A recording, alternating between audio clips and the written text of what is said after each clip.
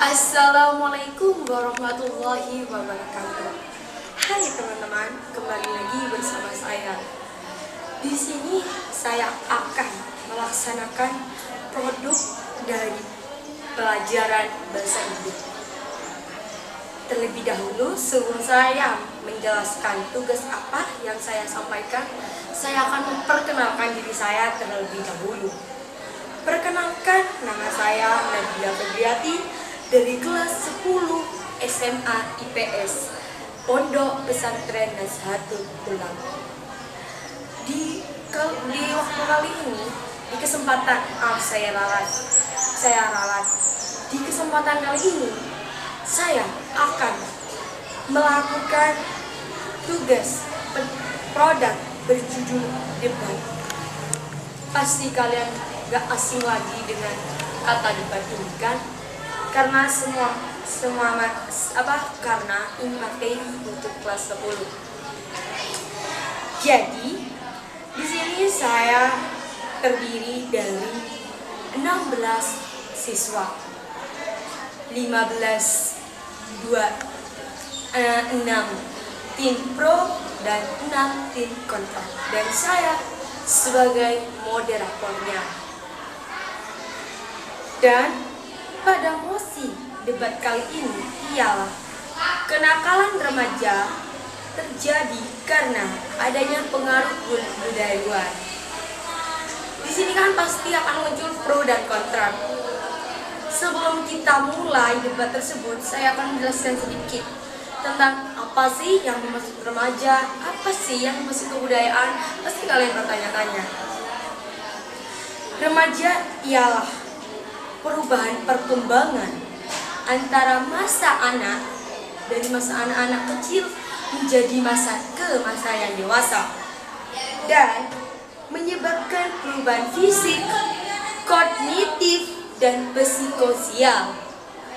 Dan sedangkan budaya ialah kebudayaan yang datang dari luar daerah ke suatu daerah yang diterima serta dijalani oleh suatu masyarakat yang tinggal di daerah tersebut.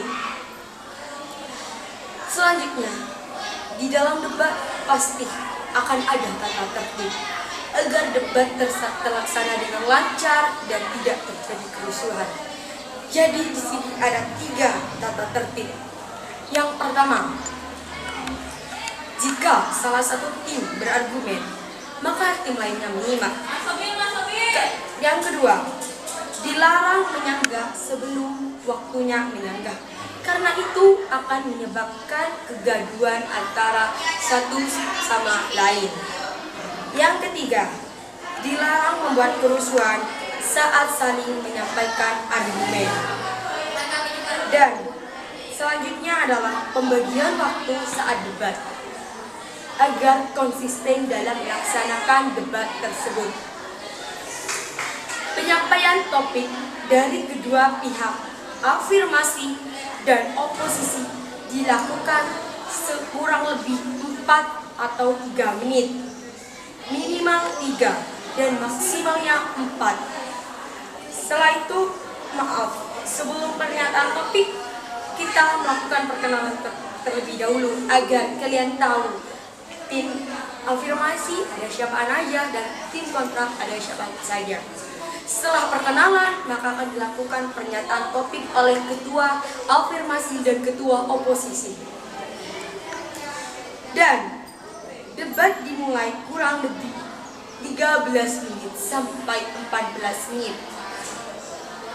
Dan yang terakhir, kesimpulan akan disampaikan 3 sampai 4 menit, dan kesimpulan tersebut akan disampaikan oleh saya sendiri. Jadi, sebelum debat dimulai, kedua pihak menyampaikan pernyataan topik selama 4 menit. Kita mulai dari tim afirmasi.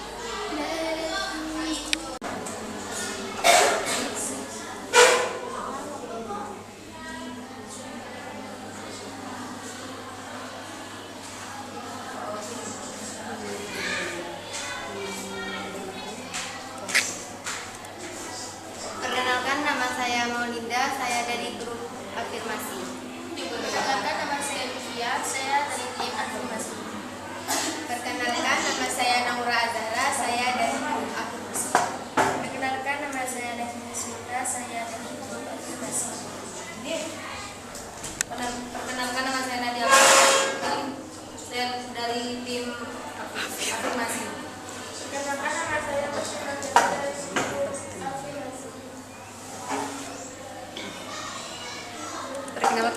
saya Nadira, saya dari grup oposisi. Perkenalkan, nama saya Nabi Salaha, saya dari grup oposisi. Perkenalkan, nama saya Asti Ramdhania, saya dari grup oposisi. Perkenalkan, nama saya Kiran Salsabila dari grup oposisi. Perkenalkan, nama saya Siti dari tim oposisi. Perkenalkan, nama saya Tunta Zamiel dari tim oposisi. Perkenalkan, nama saya Zafisya dari grup oposisi. Kenakalan remaja adalah suatu kondisi di mana para remaja berperilaku tidak baik. Apalagi di zaman modern ini sudah banyak sekali budaya luar yang masuk ke negara kita sendiri, yaitu Indonesia. Salah satu contoh budaya luar seperti memakai baju ketat dan celana pendek. Crop dibilang good looking, apalagi wanita yang mewarnai rambutnya dibilang cantik, keren, dan lain sebagainya. Membuat remaja Indonesia melupakan budaya Indonesianya sendiri. Berikut beberapa dampak jika remaja Indonesia terus menggunakan budaya luar. Apa kali?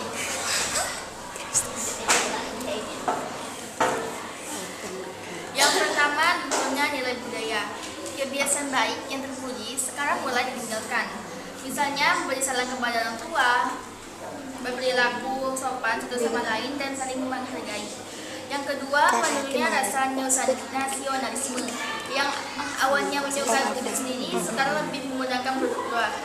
Misalnya, sebuah negara luar masuk ke Indonesia, contoh seperti mie Samyang, lebih memilih mengkonsumsi mie Samyang daripada Indomie. Yang ketiga, kebudayaan Indonesia hilang. Sebelum budaya luar masuk ke Indonesia, masyarakat Indonesia lebih menyukai menggunakan produk Indonesia dibandingkan menggunakan produk luar. Contohnya seperti baju batik. Namun sekarang kita jarang melihat orang memakai baju batik, dan orang-orang di zaman sekarang lebih memilih untuk memakai baju yang ketat. Yang keempat, meningkatkan sifat individualisme. Semenjak adanya budaya luar, remaja Indonesia sekarang memiliki sifat individualisme, yakni suatu sifat yang tidak baik untuk kita contoh. Karena kita adalah makhluk sosial yang saling membutuhkan dan membutuhkan satu sama lain. Yang kelima, munculnya kesengajaan sosial, sesuatu kondisi ketidakharmonisan antara individu ke individu lainnya.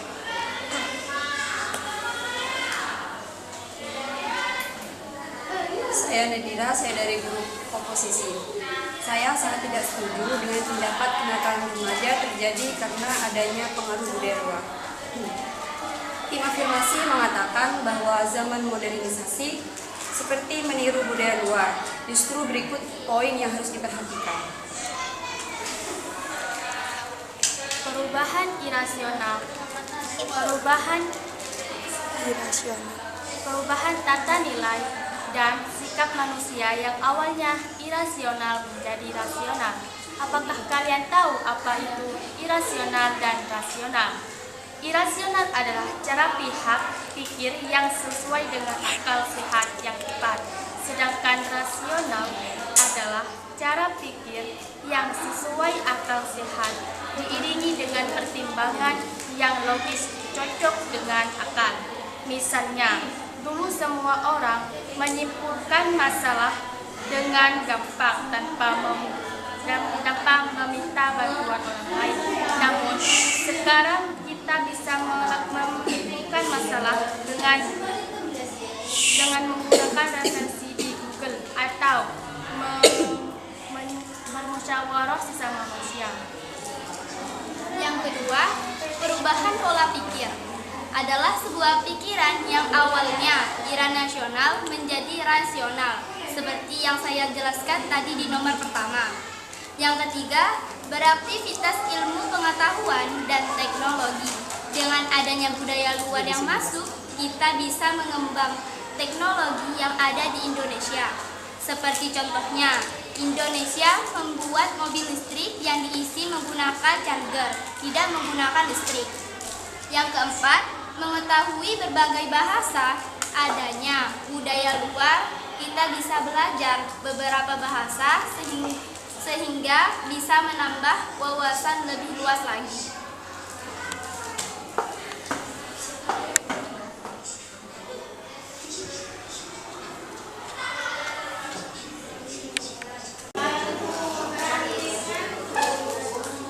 Saya Sumiti Ardi. Saya di sini akan menyanggah argumen dari Mita.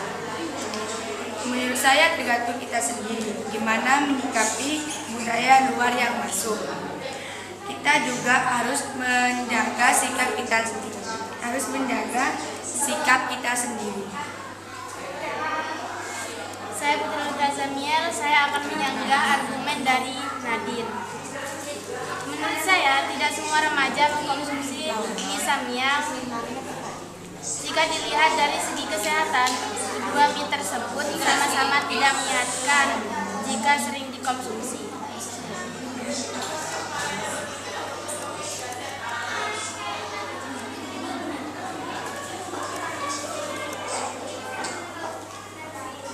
Saya Kirani Salsabila, saya akan menyanggah dari Putri Nurjana. Saya tidak semuanya harus dengan Menggunakan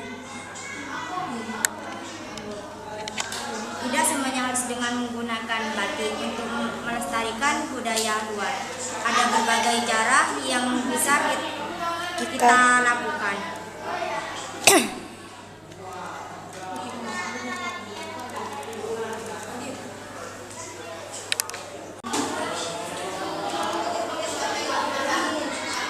Saya Mita, saya dari tim afirmasi.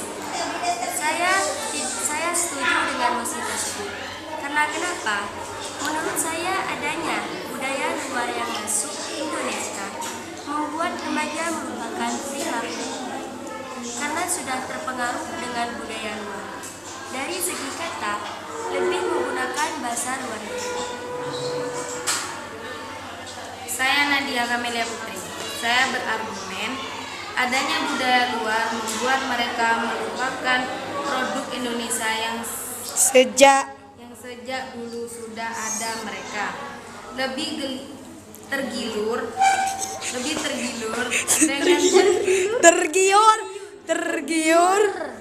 dengan produk luar negeri. lebih tergiur dengan budaya luar seperti Baju ketat. mirip orang Amerika. Saya Putri Nurjana, saya akan tentang budaya luar membuat remaja Indonesia sangat melestarikan budaya Indonesia. Sendiri lebih menyukai budaya luar seperti lebih menyukai dengan K-pop dan drakor. Cukup sekian argumen dari saya. Assalamualaikum warahmatullahi wabarakatuh.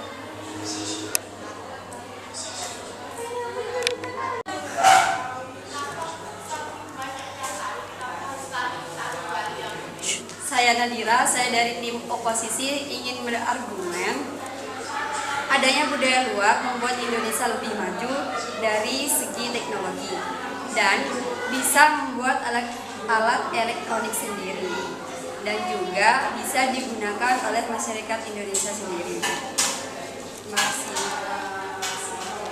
Saya Indra Kusalaha dari tim oposisi ingin berargumen. Menurut saya, dengan adanya budaya luar membuat pikiran orang yang dulu irasional menjadi rasional di zaman modern ini.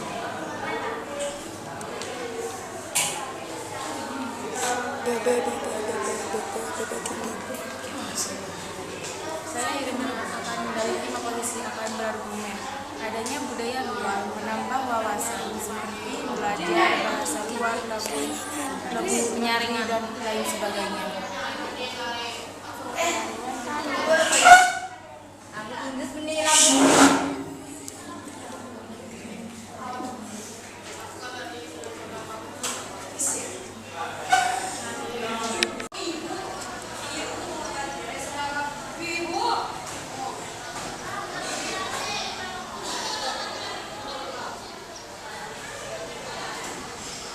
Hai teman-teman, berjumpa lagi dengan saya, Nabila. Di kesempatan kali ini saya akan menyimpulkan dari hasil debat kedua tim tersebut. Jadi, hasil debat kali ini adalah semua problem pasti ada sisi negatif dan ada sisi positif. Tergantung kita sendiri gimana cara menyikapinya. Menurut saya, budaya luar yang datang ke Indonesia itu boleh-boleh saja, asalkan kita tahu gimana cara menghandle-nya. Contohnya, jangan sampai kita melupakan budaya Indonesia yang sudah terterap dari dulu hanya karena dengan adanya budaya luar yang masuk. Diperkirakan kita menggunakan barang produksi Indonesia 80% dan barang produksi luar hanya 20% saja. Itu sih menurut saya konsisten. Karena kalau kita lebih kebanyakan menggunakan budaya luar, otomatis kita akan melupakan kebudayaan Indonesia sendiri. Padahal dari kecil, dari kita bayi, kita udah tinggal di Indonesia. Jadi di saat dewasa apa kita melupakan begitu aja, itu kan akan menjadi perilaku yang buruk. Dan setelah itu, menurut saya adanya budaya luar juga ada sih sisi positifnya. Barusan saya menjelaskan sisi negatif, dan di sini saya akan menjelaskan sisi positifnya. Sisi positifnya itu Indonesia bisa lebih maju, berkembang, sama kayak tadi yang udah didebatkan sama mereka. Ya, tapi meskipun berkembang, ya kita kembali yang seperti awal. Kita harus tetap mempertahankan kebudayaan Indonesia. Karena apa? Indonesia ini sangat beragam. Indonesia sangat kaya akan perairannya, akan kehutanannya, dan akan banyak makanan dan keanekaragaman makanan, budaya, semua hal. Indonesia itu sangat kaya akan hal tersebut. Jadi adanya budaya luar itu, ya kita boleh sih melakukannya, tapi jangan sampai kita melupakan budaya Indonesia. Itu aja, segitu saja dari saya. Bila ada tutur kata saya yang salah, mohon dimaafkan karena kita sebagai manusia tidak luput dari salah dan dosa. Dan sampai jumpa di video saya selanjutnya. Jangan lupa like, comment, share, dan subscribe untuk mengetahui kalau saya udah mengupload video selanjutnya. Thank you for attention. I'm sorry if there is mistake. Assalamualaikum warahmatullahi wabarakatuh.